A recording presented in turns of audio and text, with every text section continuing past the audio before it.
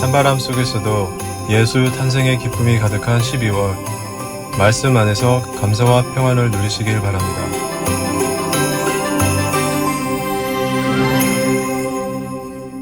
안녕하세요, 성도 여러분. 12월 12일 금요일 말씀 묵상 시작하도록 하겠습니다.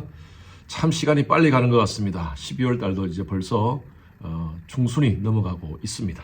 자, 오늘 묵상할 말씀은 여호수아서 17장입니다. 여호수아 17장 17절 18절 말씀, 두 말씀 두 절을 읽겠습니다. 17절 읽습니다. 여호수아가 다시 요셉의 족속 곧 에브라임과 므낫세에게 말하여 이르되 너는 큰 민족이요 큰 권능이 있은즉 한 분깃만 가질 것이 아니라 그 산지도 내 것이 되리니 비록 살림이라도 내가 개척하라 그 끝까지 내 것이 되리라. 가나안 족속이 비록 철병거를 가졌고 강할지라도 내가 능히 그를 쫓아내리라 하였더라. 우리가 이민자로서 좀 삶이 녹록지 않습니다. 경제적으로도 그렇고 또 문화적으로도 그렇고 여러 가지 삶 속에서 우리가 닥치는 여러 가지 많은 문제들 때문에 힘이 빠질 때가 많습니다. 이럴 때일수록 우리가 서로 격려하고 위로하고 축복하는 그런 믿음의 공동체가 되기를 소원합니다. 격려라는 말은 참 좋은 것 같습니다. 격려라는 것은요, 힘을 북돋아 준다라는 그런 의미죠. 이 encouragement라고 얘기하죠. courage라는 것이 용기라는 말 아닙니까? in이라는 것은 안에. 그래서 어떤 대상 안에 용기를 불어넣는 것. 이것이 바로 encourage입니다. encourage. 격려를 받으면요, 사람이 사는 힘이 생깁니다. 보통 기가 산다 그런 표현하죠. 여러분들은 기를 살리는 사람이십니까? 아니면 다른 사람에게 기를 죽이는 사람입니까? 모두가 기를 살리는 우리 그리스도인들이 되었으면 좋겠습니다. 오늘 말씀에 보면 요셉 족속이 욕심을 내는 장면이 나옵니다. 사실 요셉 지파는 없습니다. 하나님께서 요셉에게 두 아들을 주시고 그리고 그 두 아들이 한 지파씩 갖는 그런 복을 주셨습니다. 다른 지파들은 그렇지 않아요. 요셉에게만 자손들에게 한 지파씩 허락했습니다. 므낫세 지파와 에브라임 지파입니다. 그리고 이들에게 여호수아는 분깃을 허락합니다. 그런데 불평을 하죠. 오늘 말씀해 보니까 14절 한번 보십시오. 요셉 자손이 여호수아에게 말하여 이르되 여호와께서 지금까지 내게 복을 주심으로 내가 큰 민족이 되었거늘 당신이 나의 기업을 위하여 한 제비 한 분깃으로만 내게 주심이 어찌미니까. 하나님께서 복을 주셨다고 하면서 또 큰 기업을 이루었다고 하면서 왜 한 분깃만 주느냐라고 그렇게 불평을 합니다. 이미 하나님께서 복을 주셨어요. 그걸 인정해요. 그런데 왜 이것밖에 안 줍니까? 여러분, 인간의 욕심은요, 끝이 없습니다. 우리 이민 생활도 마찬가지입니다. 이민 처음 왔을 때는 아파트 방 한 칸도 정말 감사했습니다. 아이들 낳고 하다 보니까 방이 또 하나 더 필요해서 방 한 칸을 더 씁니다. 방 두 개 있는 곳으로 아파트 이사를 할 때 얼마나 기뻤습니까? 근데 인간은 그것으로 만족하지 못해요. 우리 다 경험하지 않습니까? 이제 집을 소유하고 있더라도 또 집 사이즈가 더 큰 사람들을 보면 더 큰 집을 또 소유하고 싶어요. 이 욕망은 끝이 없습니다. 어떤 분이 그런 얘기 하시더라고요. 제가 그 집에 가보니까 10,000 스퀘어피트가 넘어요. 저는 그런 큰 집을 못 봤어요. 그런데 그분이 좀 불편한 모습으로 그날 이렇게 있길래 어떤 분이 물었답니다. 왜 그렇게 힘들어 하십니까? 하니까 이분이 하시는 말이 내 친구가 제트 비행기를 소유했는데 나는 그것을 소유하지 못해서 마음이 안타깝다고. 여러분, 사람은요, 끝이 없습니다. 욕심은 끝이 없습니다. 그래서 잠언 30장에 보면 그물이에게 두 딸이 있는데 다고 하는지라. 그물이에게 두 딸이 늘 하는 말이 김미. 여러분, 이것이 바로 인간의 욕망입니다. 그물이는 인간의 욕망을 의미합니다. 우리에게 이미 주어진 것도 감사해야 되는데 없는 것으로 인해서 늘 불평하는 것이 우리의 모습이 아닌지 모르겠어요. 감사하며 살아가는 저희들 됩시다. 자족하라 그랬어요. 성경은. 자족하는 자에게 기쁨이 있습니다. 아무리 많은 것들을 소유하더라도 자족하지 못하면 기쁨이 없습니다. 그러나 적은 것을 가졌더라도 자족하면 그곳에 진정한 기쁨이 있습니다. 이 요셉 지파가 이렇게 불평하니까 여호수아가 얘기를 합니다. 15절 보십시오. 내가 큰 민족이 되므로 에브라임 산지가 내게 너무 좁을진데 브리스 족속과 르바임 족속의 땅 살림으로 올라가서 스스로 개척하라. 너희들이 큰 민족이 있는데 그 민족을 스스로 개척하면 되지 않느냐라고 얘기를 합니다. 이 요셉 지파는요, 그렇게 하지 못하는 변명을 합니다.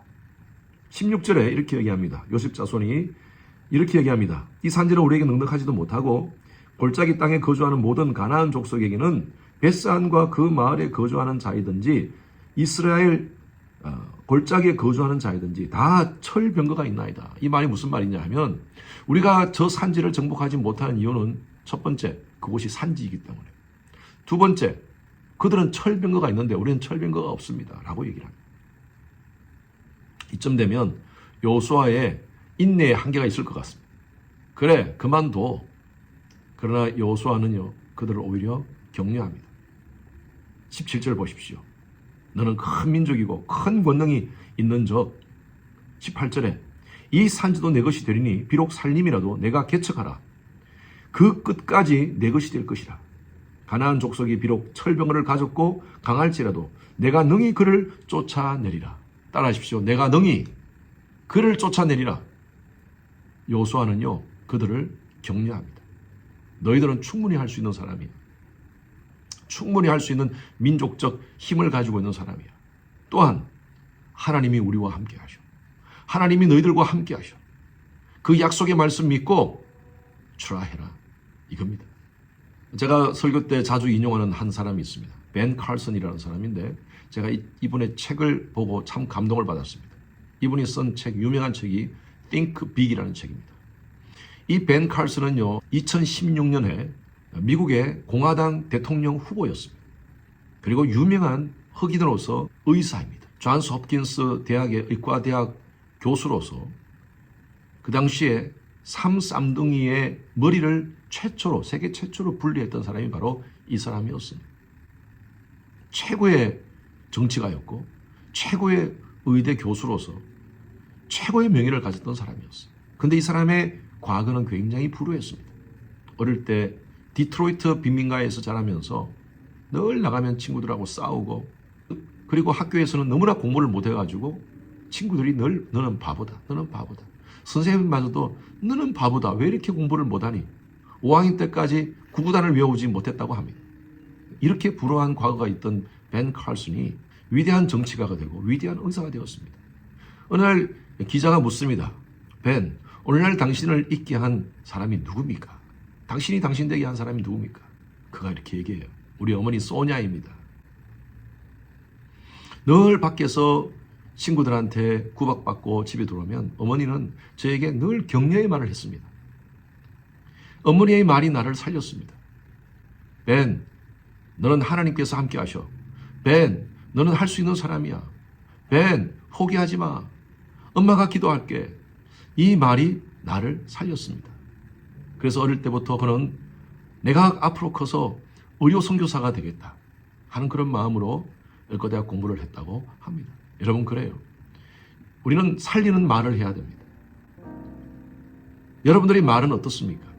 살리는 말을 하고 있습니까? 아니면 사람의 길을 빼는 죽이는 말을 하고 있습니까? 히브리서 입장에 보면 서로 돌아보아 사랑과 선행으로 격려하라고 했습니다. 사랑과 선행으로 서로 격려하라는 거예요. 선행이라는 것은 좋은 말이죠. 좋은 행동이죠. 사랑의 표현이죠.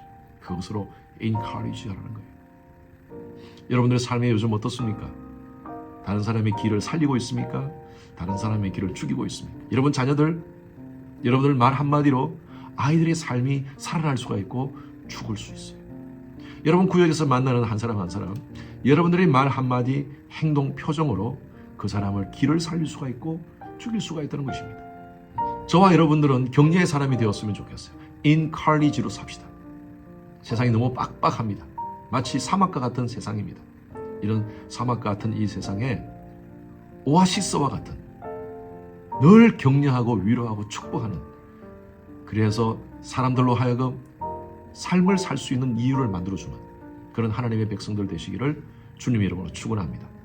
하나님 감사합니다. 하나님의 백성으로 우리가 다른 사람들을 살리고 또 격려하고 위로하고 축복하는 그런 은혜를 사용하는 저희들 되게 하여 주시옵소서. 그리하여서 격려의 사람이 되기를 소원합니다.